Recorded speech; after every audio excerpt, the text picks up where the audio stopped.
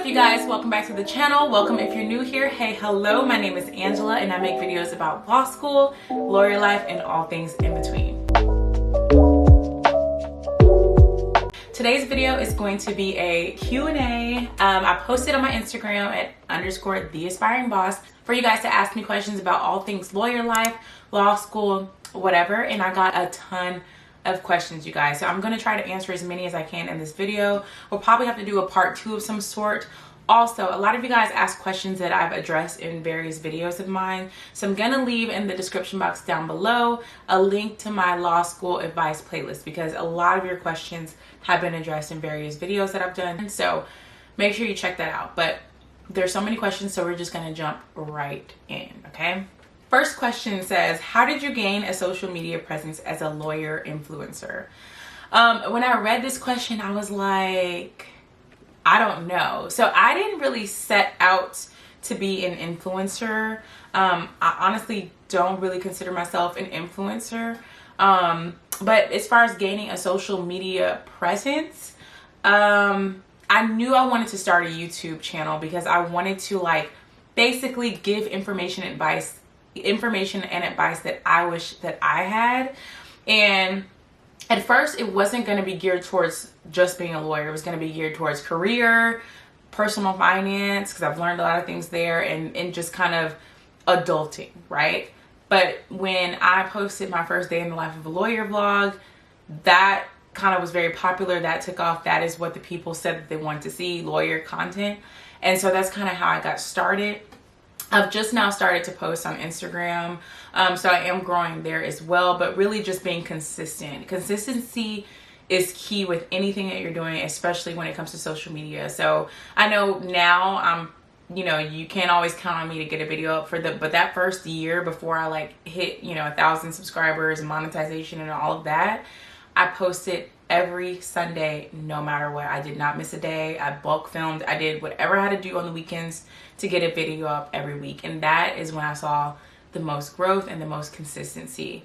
Now, if you want tips more so on being a lawyer / influencer, I would holler at my girl Cameron Monet on Instagram or YouTube. She is a lawyer influencer and she is killing the game. And I know she gives all sorts of advice and tips and tricks on how to grow as an influencer and also kind of be both a lawyer and an influencer. So definitely check her out. The next question is, I'm a rising 3-0. I'm considering working during bar prep to cover bills. Yes or no? Girl, I feel you on needing to cover bills. I would say it probably depends on how disciplined you think you can be and what bar prep program that you are taking. Some of you guys may or may not know, but I did take and pass 2 bar exams on the first try. The first bar exam that I took was a Texas bar exam. I did not work. I didn't do anything but study during that time. And then the second bar exam was the Missouri bar exam. I worked full-time during that time up until a week before the bar. And I will say working during bar prep was pretty intense. I had to study at night after work to the wee hours in the morning and then all weekend. Although I will say I had taken the bar before, so although I had to kind of study all over again, it was a lot less intense than that first time. I personally, and this is a personal decision, but I personally would not work my first time around trying to take the bar. I would focus my time on bar prep if you could. But if you do decide to work, or if you have to work, just make sure you have a study schedule and routine and you stick to it and be disciplined. Okay, the next question is, do you have to go to a school that specializes in the specialty that you may want to go into? So this is talking about whether you need to pick a law school based on what type of lawyer you want to be. And the answer for that is absolutely not. Most people do not know what type of lawyer they want to be when they go into law school. So having that extra pressure of having to pick a law school based on specialty would just be insane. Most of the things that you learn in law school are more foundational, foundational principles of law rather than actually learning how to practice law. And you're gonna learn the type of law you practice when you get into your job, okay? The practice of law is on the job training. So you absolutely do not have to go to a certain law school for a certain specialty. All right, the next question is, after the law degree, what are my next steps? After the law degree, after you graduate from law school, you'll need to take the bar exam in whatever jurisdiction that you are located in. Like for me, I was in Texas, so I took the Texas bar exam. I had to submit my application to be admitted into the practice of law, to practice in Texas.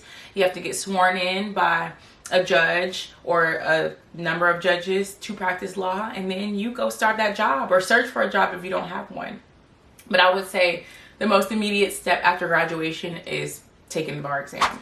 The next question is, how do you make your resume appealing to law firms? The best way to make your resume appealing to law firms is to highlight your strong points based on what that position is. So obviously, you know, you need to have, if you have good grades, obviously highlight that. If you're involved in your law school, obviously highlight that. And then if you have particular experience that's specific to the position you're hiring, the position that you're applying for, then make sure you go ahead and add that as well. So you always want to kind of beef up your strengths. If you make good grades, absolutely show that. If you're on law review or any sort of journals, absolutely show that. Absolutely show any sort of extracurriculars.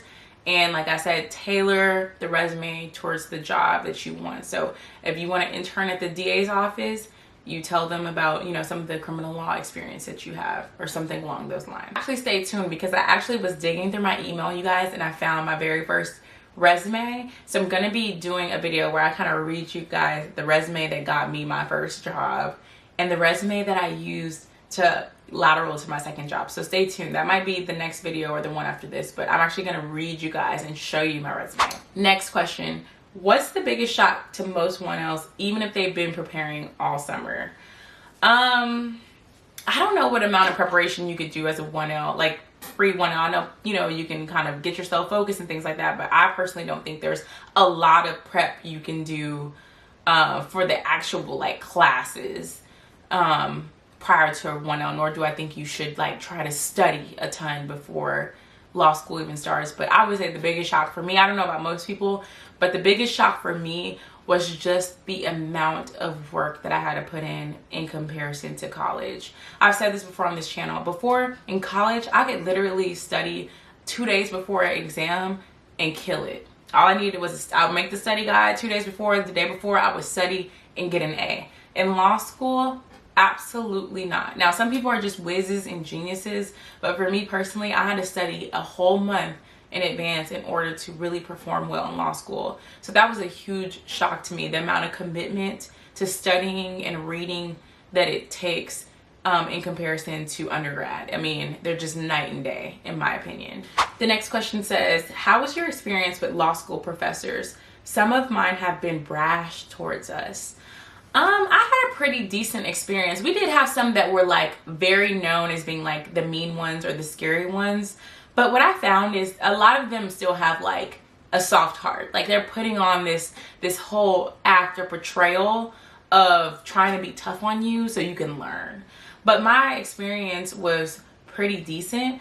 If you feel like you're having a hard time connecting with one of your professors, visit them in office hours. You'll be surprised at how different some of them seem on a one, you know, how different some of them are in a kind of one-on-one setting.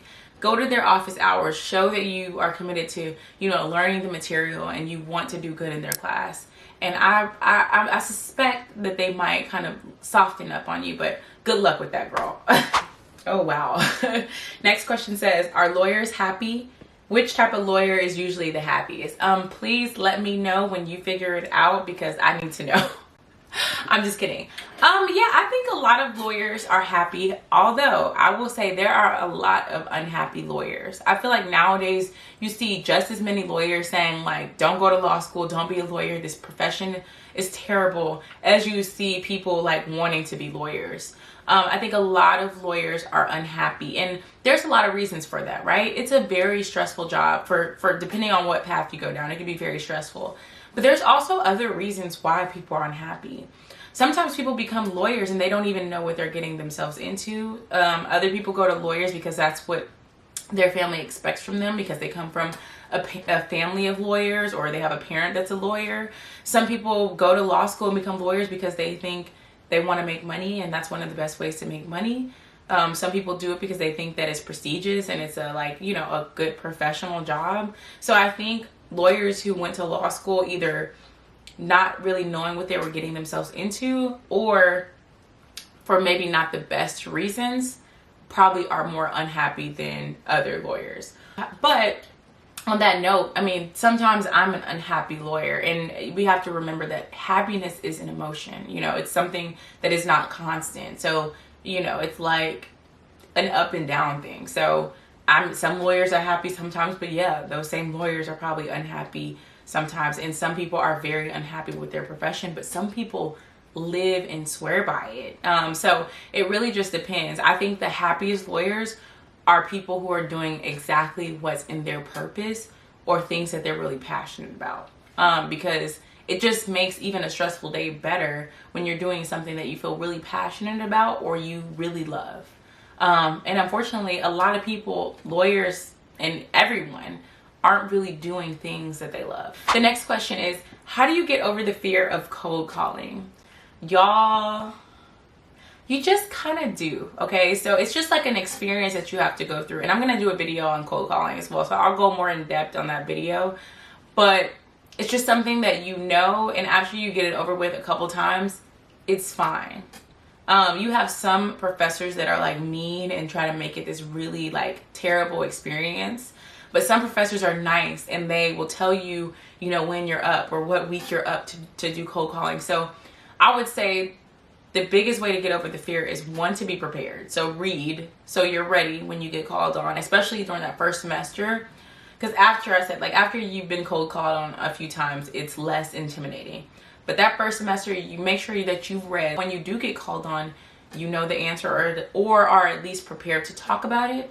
And two, just do it. Just get it over with and try to be as confident as you can, and just move on. They're going to move on to the next person, and they're going to forget that that was you being called on. But definitely stay tuned for my video, because yeah, y'all need to hear about this cold calling experience that I want to tell you guys about. The next question is, does it get boring and repetitive? And I assume they mean practicing law, particularly like my practice of area of law. And I would say yes, sometimes it can be boring. And yes, sometimes it can be repetitive. That's just the name of the game of what we do. We draft a lot of documents. We do a lot of long reading. We draft a lot of long documents.